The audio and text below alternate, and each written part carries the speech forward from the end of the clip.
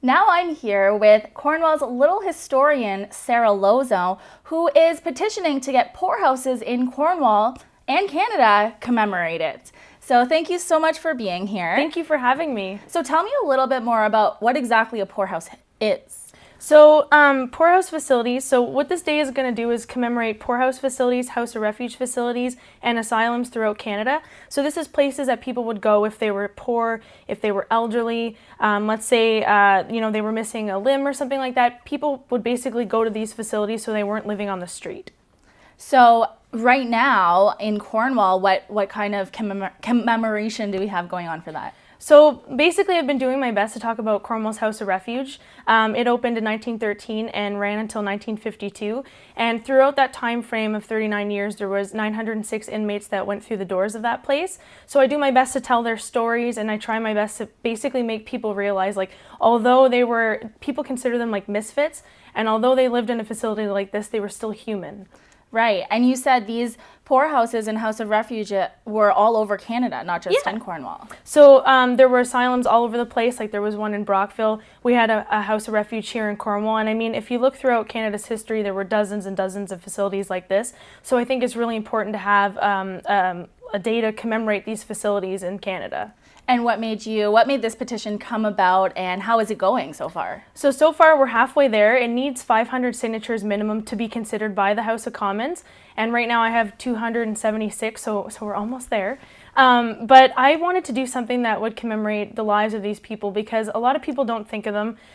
They considered them, and I say this like affectionately, they considered them misfits because they were poor, they were elderly, they couldn't work, so they stayed in these facilities, and I just think it's really important to remember them, because although they were living in these facilities and they were poor people, they were still human, and it's very important to remember the fact that they were human and they were Canadian.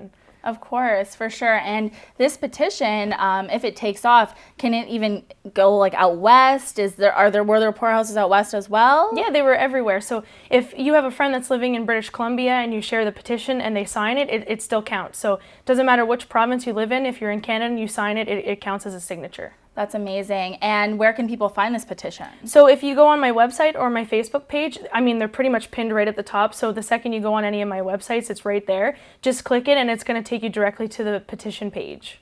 And how is your work? I know that I've been hearing a lot about the House of Refuge here in Cornwall specifically. How do you find your work is going and being received by people? I think it's really good because it's a part of Cornwall's history that people didn't know about. So it's shedding light on kind of forgotten stories. And I mean, with 906 people living in a facility like this, you never run out of stories because there's always someone to talk about. And although they're sad stories, they're really interesting to see how these people kind of went about life, being poor or being elderly and not having family to take care of them. So it's all kinds of sad but really interesting stories at the same time. That's great. Well, that's awesome work that you're doing, and it's so great. Do you have anything else going on at the moment? Just focusing right now on this petition and trying to get it in front of the House of Commons. That's amazing. And if it goes in front of the House of Commons, are you prepared for that? What's your game plan then? So whenever I made the petition, they said that there would be a chance that I would have to kind of be there as they discussed the possibility of having Poorhouse Commemoration Day. So I'm really excited to hopefully be able to speak and kind of explain why this day should happen.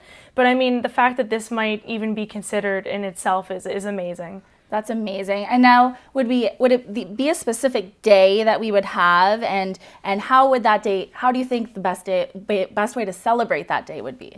So I chose April 14th to be Poorhouse Commemoration Day in Canada, and I chose this date because prior, in March 1921, they basically created an act for Alberta that said anyone living in an asylum that was deemed to have undesirable traits had to be sterilized. So they lost their ability to reproduce. And then April 14th, 1937, they created an act that basically said if you're living in an asylum, you lose your property. If you had a house or a business, it's lost. The government takes control of that. So those two dates, I kind of juggled between what I wanted to choose, but I decided April 14th because it brings both of the days together.